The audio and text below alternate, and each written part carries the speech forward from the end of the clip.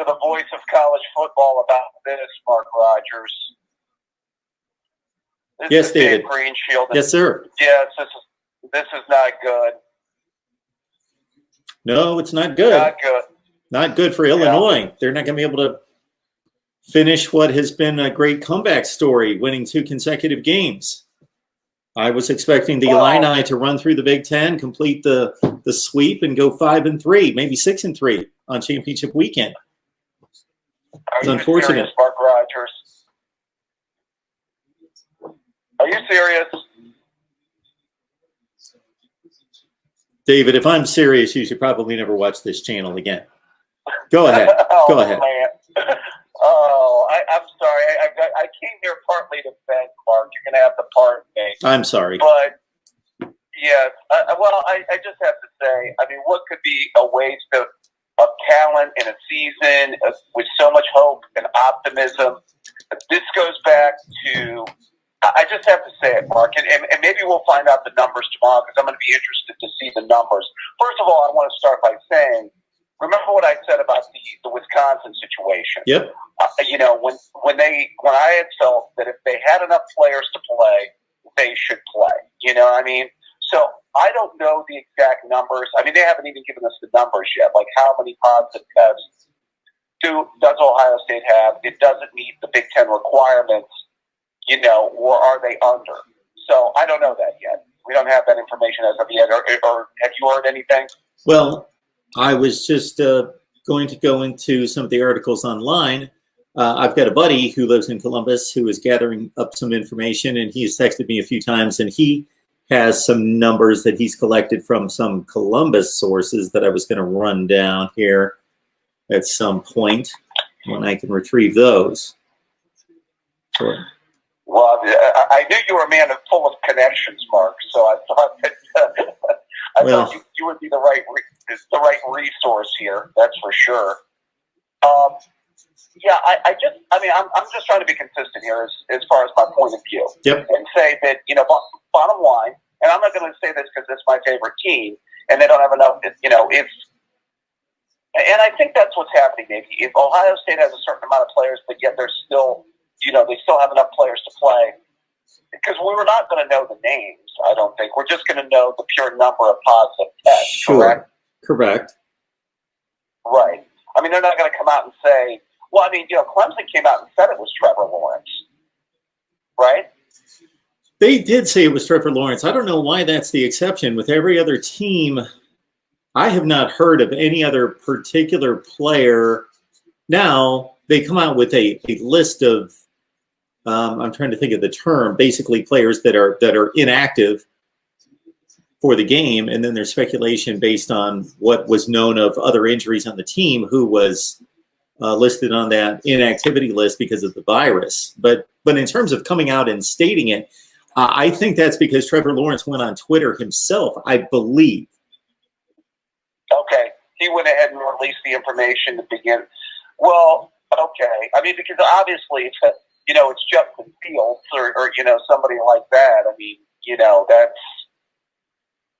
that is what it is. You can't lose your most important player. As far as the situation goes, any of these players are going to have to go under the 21 days, even if they were to be able to come back and play next week, right? Yeah, the players that tested positive. Yes. Absolutely. They would be out the 21-day period, which, as I said from the get-go, is another something that just seems way out of whack to begin with. And now the other thing that I heard here, Mark, and maybe you can confirm this, I heard it doesn't necessarily need to be 6 games, that it also can be based on an average of the amount of games that are played. Have you heard that? So I thought that it was 5 games. I thought it was 5 games, and then the conference championship game would make it 6 games. Okay. That's what I believed. As this has been mostly related to the Wisconsin situation, that they needed to play 5 games. But in looking, I was just reviewing while you were talking, the ESPN article, they do not clarify the rule. They just state in there that Ohio State must compete in and win the Michigan State and Michigan games to qualify for the Big Ten championship game. But they didn't state the rule that led them to that conclusion. Okay, I got it. Well, I mean, because, bottom line, then they would basically have to play the Michigan game, because they have 4 games in right now. Yes. They would have to play the Michigan game and then the championship game, and then that gets you to 6. If I'm or right. Whatever. That was my that was my understanding going into all this, and basically applying that to the Wisconsin situation. That's what I had heard from a number of sources, 5 games before Big Ten championship weekend. Yes. Right. Well, I mean, so eventually they do have to release the names of the players that tested positive, I would think, correct? Or do they just keep that under wraps until the game is played? I don't think they need to release that at all. Okay, so if it's... Go ahead. With other teams, it had been my understanding that because there is an inactivity list given to the public and the media, and then the media's understanding of who's injured, that they can pretty much make a deduction of who has contracted the virus. Right. Yeah, because I mean, from us as fans' perspective, it's just basically, hey, wait until the game is played, and if 3 of the starters aren't playing, then you know that they got COVID, I guess. Sure. Yeah. So Wisconsin played Illinois on, I wish the schedule had dates. Because that was the first game, so that was the last game of October. That was their first game, Mark. Yeah, so that was on a Friday night, so that would have been October 25th. So the weekend of the 26th, they missed 2 games, and they played Michigan on the... What's the date? They played them on the... 2 weeks ago. Why don't we have a date here? They played them on November 14th. Right. So that was 3 weeks later. Right. No. Yeah, because they missed 2 games. They missed 2 games, but they played. Yes, they played 3 games. They played 3 weeks later. They missed 2 games, but they didn't play for 3 weeks, correct? Because if they played the weekend of the 26th, meaning they did not play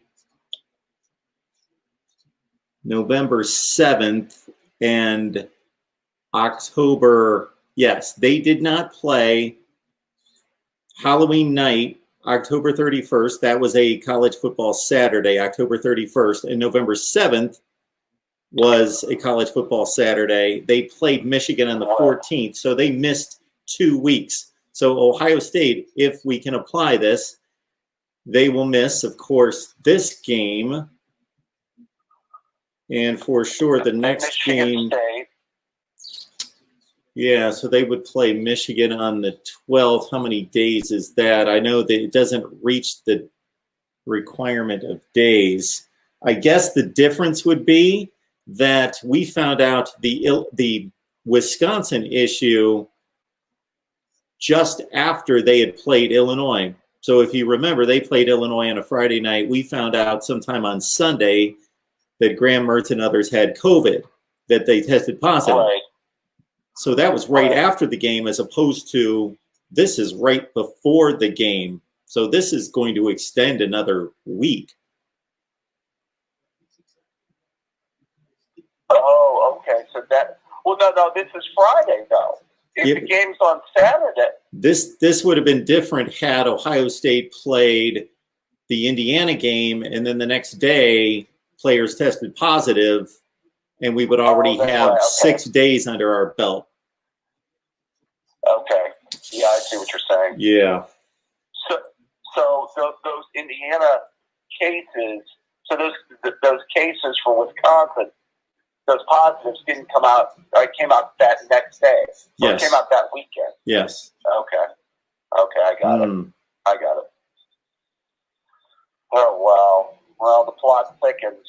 So I mean, I would think that we would know a definitive number of players that have gotten COVID within at least the number of people that have tested positive here, within the next 24, 48 hours, I would think.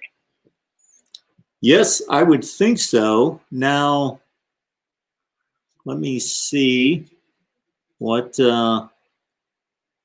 my friend has here, if there's anything definitive. Yeah, I don't see anything definitive there in regards to the number of players. I thought it was on there. Gene Smith didn't say anything in the statement. He was just very vague. Now, the Big Ten rules are, I believe, is it 8 or 10% of the roster? Yeah. 8%, 10%, something in that range. So I don't know how that differs from other leagues. Kentucky has, now again, there's a difference between what the number is for the actual roster, football roster, versus all personnel involved. So for example, Kentucky's missing 28 people. The last numbers I heard, 18 players and 10 other personnel, and they will be playing Florida. As of right now, they're playing Florida tomorrow at noon. Wow. And you said, what was it, 20 what, Mark? 28 total personnel, 18 players. Virginia Tech's missed 13 players and played games. I'm trying to think. I thought that there were a couple higher numbers than that. Well, yeah, Virginia Tech, I think when they played that North Carolina game, they were without a fair amount of players. I think it was 13. Yeah, 13. Yeah, it was 13. Right. Right. Yeah, I think that, I guess that they would have to, maybe if the numbers come, if it's not a high amount of numbers, maybe this was just a choice made by the team not to play based on the players that tested positive. They just didn't want to play. But, we won't know if they reach that threshold until they, release that information, unfortunately. Yeah, because the article reads as though, let me look at it here. This is reported by Heather Dinich, ESPN. Ohio State has canceled Saturday's game at Illinois. Yeah. They have paused all team-related activities. So between Gene Smith and the university president and team physician made the decisions to cancel the game and pause activities in consultation with the Big Ten Conference. So I was just trying to determine whether, based on Big Ten rules, okay, they cannot play versus a team decided not to play. Right. Well, you figure they would have worded it differently if it said the Big Ten was forced to cancel the Ohio State game based on their rules, as opposed to saying Ohio State has decided not to play the game. I see what you're saying. It would have been worded differently if it had been the other way around. Yeah. I do think that, again, once they release the numbers, I'll be disappointed if they had enough players to play and chose not to play Illinois. Just bottom line. But, you never know what players were out. But, just from my own standpoint of being consistent, because I was out there saying that Wisconsin should have played Nebraska if they had enough players to play. And I stand by that. So I hate to see this ruin the season, but I don't know about you, Mark. I got kind of a bad feeling about this. Well, sure. I do too. There's only so much time left. And we talked about this ad nauseum at the time that the Big Ten pushed off the season and then finally decided to play, that they had put themselves in a situation without the flexibility that we're seeing these other conferences enjoy, if that's the right word. Yeah, Warren and the president have, totally botched this thing, 6 weeks from Sunday. They thought once they decided to cancel the season, that every other conference was going to decide to cancel the season and follow suit. But listen, I know a lot of people. I have family that live in the South. They'd rather lose their right arm than miss college football. Let's just be fair. I mean, you've covered Southern football. They'd rather lose their right arm than lose college football. They live and breathe it. And, at the same time, they weren't going to follow suit. They were going to play. And if you notice, if you go to Southern stadiums, you still see a fair amount of fans in the stands at their stadium. So it's just interesting to see the way certain conferences do business and certain other conferences do business. Now, I'm not saying that these conferences haven't paid for it, with cases and with cancellation of games and having to move games around, but still, they put enough flexibility in their schedule to where they could move things around, and they were the benefit of it. And the Big Ten didn't. They screwed this up. They waited around, and now the Big Ten is going to shoot itself in the foot by causing their best team to not have a chance for the playoff. And I fear that, Mark, and it just, I don't know, it just bothers me. And it should. It bothers me as well. It does me as well. But what can you do? I mean, we're at where we're at. I mean, these are the decisions they've made, and we have to live with it.